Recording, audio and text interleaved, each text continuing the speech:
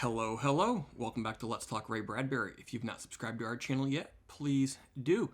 So here on Let's Talk Bradbury, over the last few years, I've been slowly working through the collection of these stories of Bradbury. Today we are up to story number 67 of 100, which is Night Call Collect from 1949. The way these reviews work is that I do a quick synopsis of the plot of the story and then finish up with sort of my thoughts and feelings about what it all means, what it means to me, how the story remains relevant in our day and age. So here we go. Night Call Collect 1949. So an 80-year-old man has been waiting alone by the phone for about 50 years. He's marooned on Mars. Nuclear war came to Earth, and so Mars was abandoned, and there was no more rocket ships to rescue him.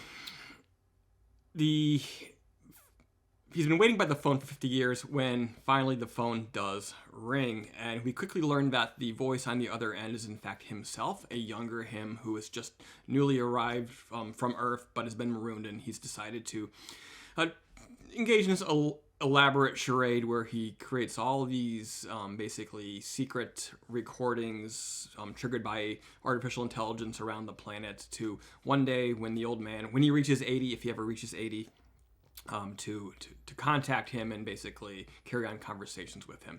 But in truth, he reveals that he never expected to reach that age or be marooned there for so long. But the young Barton, that's his name, Barton, we learn that he is, in fact, very impetuous and cruel, and the old Barton is soon sort of perturbed by his behavior and by his demands. So the older Barton begins to try and destroy these phones, and we learned that the system is very elaborate and they're all over the place, and it's just not going well. And then one day he gets another phone call, and it's from a Captain Rockwell, newly arrived on Mars from Earth. Rockwell encourages Barton to travel 600 miles to New Chicago to join him and his crew, who are tired from their trip but are also in need of repairs, and then they'll take him home. So old Barton, very old and decrepit, he goes and he travels this long distance, and it takes a lot of strength out of him. He gets there, and ta-da, we learned that, in fact, this was a charade put together by young Barton, the program. And in fact, the old man, he couldn't remember whether he had cooked up this idea or not at this point. Did I try to fool myself with a fake rescue? But we soon revealed that, in fact, it is young Barton. It was his creation, and in fact, there is no rescue from Earth. Old Barton, he sort of becomes irate, begins smashing phones, but young Barton reveals that, I had to get you out here, had to get you to lose your strength because you need to die for me to be able to live. In his last-ditch effort to destroy phones, old Barton succumbs and dies, and we're left alone on Mars with a bunch of fake recorded artificial intelligence Bartons having a conversation with each other for till the end of time, I guess. So story is both ingenious, I would say, and a little bit disappointing, which is a rarity for Bradbury.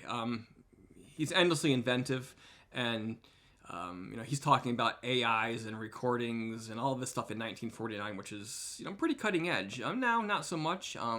We're getting better and better at these things, artificial intelligence, and of course we have media everywhere. But it's lazy because he quickly blows through a lot of these aspects of the story about, for example, he gets the first phone call, and we almost immediately find out that this is younger him, and we find out immediately how he cooked up this whole system and all this stuff. And Bradbury doesn't leave any time for any sort of mystery to evolve. Even when you get to later in the story where it's this Rockwell, this fake captain, it's quickly revealed. And I think that sort of hurts the story a little bit, sort of defeats the purpose. And I think this is a case where, while Bradbury was prolific in the short story, I think he could have let this one breathe a little bit longer, and it would have been a more fulfilling enterprise. But the story still raises a lot of interesting thoughts and feelings about artificial intelligence and about growing old versus who you are in your youth. And I love this idea One, we have the classical now dangers of AI element, but we've seen that a lot. But what's more important, I think, or more interesting is this idea of if you could meet your younger self, how would you have changed in your lifetime? And would you recognize that person who you once were versus who you've become? And I think what's really interesting is that today with the internet, with, now a lot of us have 20, 25 years of online existence behind us. And more recently, we have things like YouTube here. How would we see ourselves? How would we feel about ourselves in the past versus the present? Would we get along with who we were in the past? And we see this question raised a lot now where, old tweets are brought back to haunt people who are changed, and we don't actually give them the opportunity to reap the rewards of that change. We basically cancel them and say, but 10 years ago you said something cruel, so therefore you need to be punished today. And that's really sort of discouraging. But at the same time, for me, I've been posting YouTube videos since 2015, 2016, and 2022 already. In this short amount of time, I go back and look at those old videos and I see a very different person. And the technology's changed, my abilities have changed, and it's a very different person. And also, my online life goes back into the mid-90s, and then I got really heavily into the internet, 97, 98, 99, and I had this whole life that revolved around some Star Wars communities that I created and was involved with, and it was a very different person. And I occasionally come across people who were involved with me on those websites, and they kind of, if I haven't heard from them in a long time, they have misconceptions about who I am based on who I was then and sort of the things that I said. And also just being online versus talking to people face to face, there's a large percentage possibility of being sort of misunderstood because we're not always as eloquent with our words and with our comprehensions of words as we are sort of face to face, sort of reading lips and emotions and sort of really understanding what somebody's trying to get at.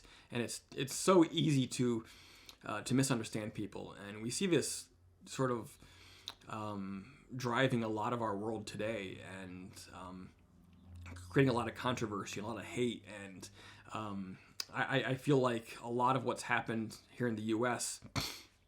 going back, especially 2016, it wasn't new in 2016, but that's sort of an inflection point, which got really, really bad over the last couple of years, especially 2019, 2020.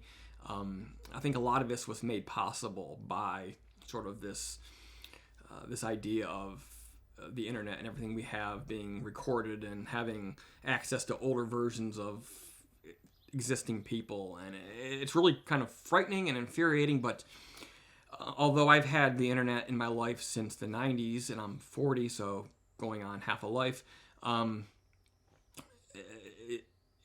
you have to remember that we're still in the infancy of this whole experiment. And if we don't destroy ourselves first, I think the internet could finally live up to its promise of the benefits that it can create for society as an avenue for free speech. But we have to become, sort of in the meantime, mature enough to sort of accept the challenge of using it correctly. But yeah, that is Night Call Collect, 1949. Next time, we'll be back with The Tomling Day from 1952. And that gets us inside of 25 stories to go in this collection. I hope you'll return, subscribe, and join me as I finish up this collection, this long adventure. And then be sure to go back and dig into the archives, because I've done now 175 Bradbury reviews. I can't believe it. It's been a long time coming. It's been a long adventure, but I'm hoping to share it with you. So thank you, and I will see you again soon.